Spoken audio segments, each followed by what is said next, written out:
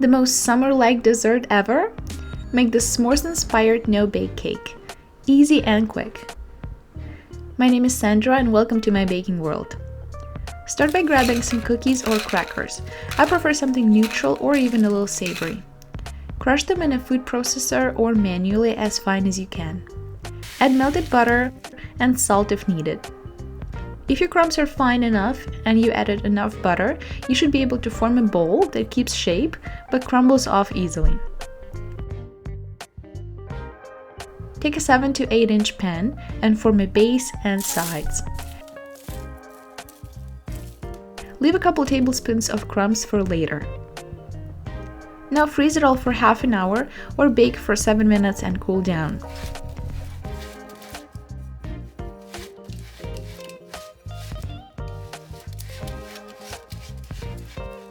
Next necessary part of s'mores is chocolate. Choose dark or semi-sweet or mix. Pour hot, heavy cream or milk over it. I'll leave proportions for both in the description, where you can find links to other cake recipes of mine too. Smooth out the ganache and pour half over crumb base and stick it in the freezer again for chocolate to set.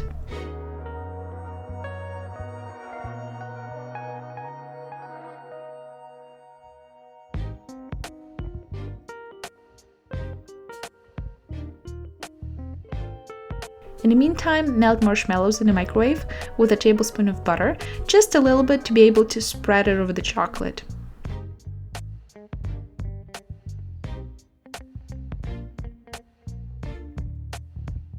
Sprinkle leftover crumbs.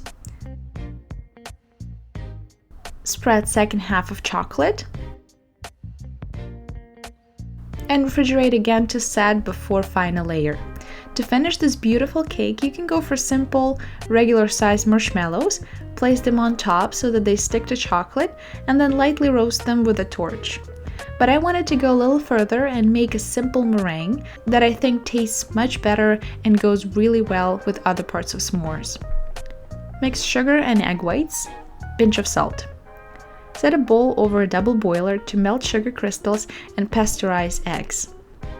Now beat them on high speed until stiff peaks.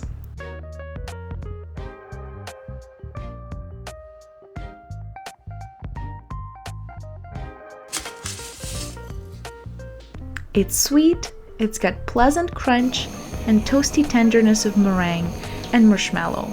It's messy, just like we love s'mores. Enjoy!